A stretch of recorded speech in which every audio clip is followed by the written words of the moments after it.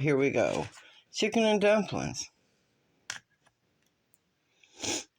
Well, that's a pretty good setup here. The only thing about Cracker Barrel is that I give those, mashed potatoes a 6 out of 10 because they're always stiff and hard, Not much gravy, that's going to be a 6 out of 10.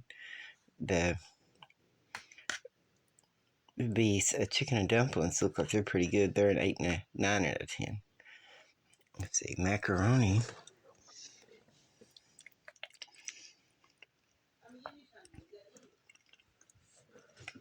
It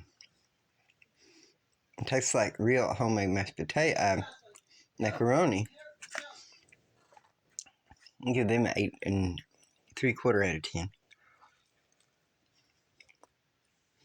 A total combined score of 8 out of 10.